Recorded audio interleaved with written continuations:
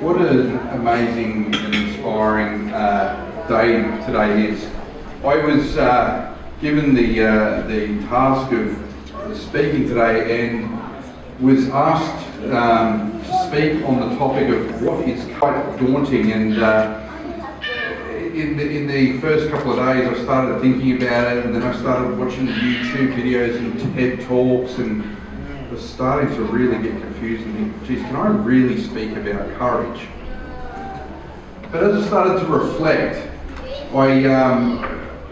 and look at a few different things, look through the thesaurus and things like that, I realised that courage is a lot of things. So, the dictionary, and you'll hear the courageous lion roar just there as I flick the PowerPoint slide. Courage, defined by the dictionary, is the ability to do something that frightens one. It's strength in the face of grief or pain.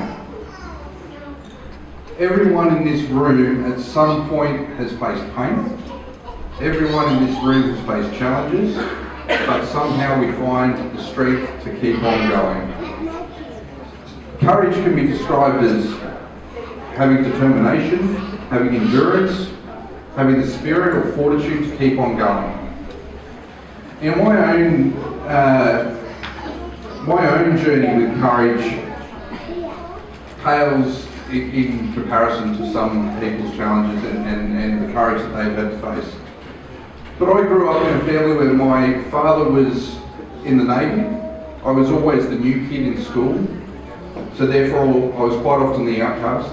I was the one that was picked on, the one that was put to the side. I had a father that was away a lot, so I was always wondering if he was going to come home, being that he was in the Navy. I also had a grandmother who was very, very dear to me, and she taught me about always standing up for people that needed help and giving them a helping hand. The photo up the top there is my father. In 1989, he and his ship's company got together and they raised funds and bought a young girl with spina bifida a new wheelchair. Fast forward a couple of years, we did a posting into Canberra, and again I found myself the new kid, the outsider. And there was a young boy in my class, and he and his brother both had muscular dystrophy. And that was my first real encounter with people with a disability. I became great friends with Andrew and Peter. And I also became good friends with another young girl called Melissa, who no one really knew what was wrong with her. Back then in the 90s, the health community didn't really understand a lot about what was going on, and the simplest way to describe it was that she was allergic to the 21st century. You could open a Nico pen near her and she'd be in hospital with respiratory distress. You could eat a packet of chips, a child in the classroom could eat a packet of chips, she'd be in hives, she'd be in hospital again. She spent most of her year there, and I used to go up and take care packages to her at the hospital from the class all the time.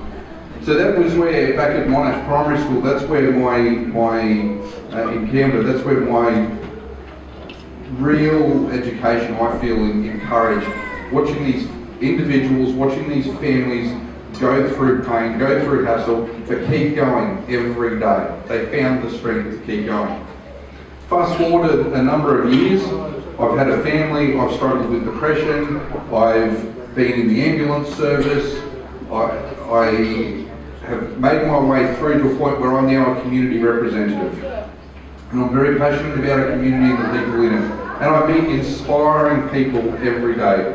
And there is a number of people in here that I've met in this room today that I've met before. And there are people like Hugo and Oscar Williams, fraternity leaders here, and some of you in this room might know them. Funnily enough, I feel a bit like my life and my journey with courage has come full circle, because I've met these two boys, these two brothers, who, like Andrew and Peter, who I met in primary school many years ago, they also have muscular dystrophy. So it's interesting sometimes how life goes full circle. Now, Winston Churchill once said, apparently, it's disputed, but many people attributed this to him, that courage is what it takes to stand up and speak, but it's also what it takes to sit down and listen. As a community leader, I've been listening to people all my life. I've been listening to the struggles of people with disabilities, both the ones that we can see and the ones that we don't. And I know that we have to learn as a community and do things better. We need to work in partnership. But it's very difficult to be one voice in a room. So when I was elected a few years ago, I had to find a lot of courage and I had to keep fighting because I believe we can do more for people with disabilities, both seen and unseen, to make our community more inclusive. There was a lot of fear on both sides, both the community with disabilities and at different levels of government. Different levels of government were worried about the expense that people with disabilities would bring to the community. The people with disabilities were afraid and just untrusting of what different levels of government could bring to them. So I had to go on a journey. I had to find the courage myself to stand up, and initially I felt like I was the only voice in council, but slowly I found others. And we got louder and louder, and we delivered a message of inclusion for our community. In September 2016, I moved a motion in council that was passed unanimously for us to create our first disability access and inclusion policy for the Moreton Bay region. My very first meeting in council after I was elected with staff though was actually about a vision for an all ages, all abilities playground for the Hills district. Something on a scale that had never been done before, and that was what the staff told me, it couldn't be done. And I said yes it could. And I said we had to be courageous. We had to find the strength to get this project delivered. The staff said to me, Councillor, it can't be done. It's never been done. We can take elements and we can put them into existing playgrounds and add a little bit here and add a little bit there. But we kept fighting. And I kept fighting and we developed those plans. And we announced those plans to the community about 18 months ago, and about 6 months ago we previewed the plans, and last week or the week before, we started work on that project. Now, I'm going to show you a video quickly in a moment, because it's very important to this room today.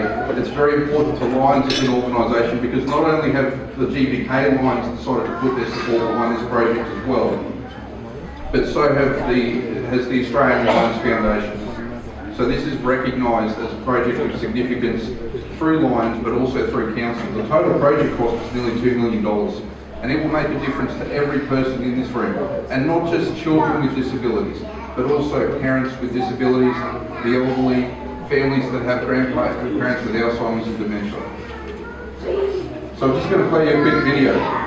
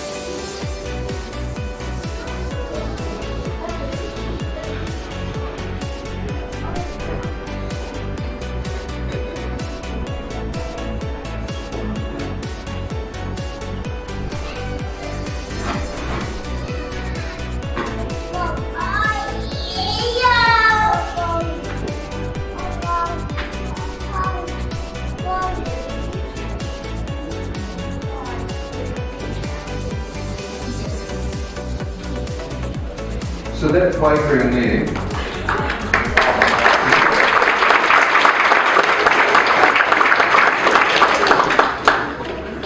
That project there was something I spoke about and have been told many times wouldn't happen, but I had to find the courage to fight for it. Now, just for to put it in perspective, the little playground that currently exists on Dawson Parade here, just near the community centre, 500 square metres of enclosed space. That new playground, 5,000 square metres of enclosed space. It is huge. It will be open by the end of the year. And it couldn't be done without the support of everyone in this room. Because the one thing I did learn through reading about courage, really having to dial in and think about what courage is, for me, yes, there's a dictionary definition. But to me, courage is really inspiration for others. The courage you all show every day motivates others. And all of you and your courage is my inspiration to keep being able to deliver projects like that.